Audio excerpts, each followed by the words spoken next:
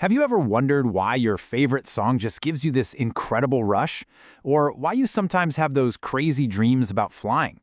What about that feeling, the butterflies you get when you see someone you really like? Well, those aren't just random little things. They're actually clues to how your mind works. And today, we're going to dive into the science that explains it all. Let's get into it. So to start, let's just talk about us. Let's ask some of those big questions about the feelings and experiences that connect every single one of us, no matter who we are. Think about it. That incredible burst of joy when you're laughing so hard with a friend you can't breathe. Or even just that simple, warm feeling when the sun hits your face just right. Where does that feeling of happiness actually come from? But on the flip side, what about the tougher stuff? That flash of anger when something just feels totally unfair. Or that jolt of fear when you're staring down something new and unknown. Why are those feelings a part of us too? And it's not just about feelings. Every single day, your brain is like a sponge. It's soaking up information, making new connections. Whether you're learning a new skill for work or just figuring out the lyrics to that song that's been stuck in your head for a week. How does our mind do all that? So we've got all these huge questions about joy, about fear, about how we learn. It all seems so complicated, right? But what if I told you that the key to understanding all of it, well, it actually comes down to one single powerful word.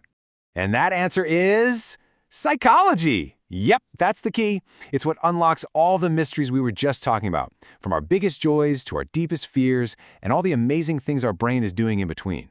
So, what does psychology actually mean? Well, when you boil it all down, it's pretty straightforward. It's the study of three huge things. First, how we think. All your thoughts, your memories, how you solve problems. Second, how we feel. That's the whole range of human emotion. And third, how we behave. That's all about our actions and reactions. Psychology is the science that connects what's going on inside our heads to what we do out in the world. Okay, so that's a nice definition, right? But what does it actually look like? In real life. Turns out, psychology isn't just some word in a textbook. It's something you're living every single moment of every single day. You know that bubbling excitement you get when you're counting down the days to a vacation? That's psychology. Or what about those nerves, those butterflies in your stomach right before a big test? That's psychology too. And that awesome warm feeling of pride when you've just done something really good. You guessed it. These are your psychology in action. See, every single time you have one of those feelings, you are literally living out the very ideas that psychology tries to understand. It's happening inside you, right now. So if psychology is the study, then who are the people actually doing the studying? Who are the experts that help us all make sense of this stuff? They're called psychologists, and really, their whole job is to explore the mind. They do the research and use what they learn to help us get a better handle on why we feel the way we feel, why we learn the way we do, and what's really driving our behavior. You could say they're kind of like guides to our own minds.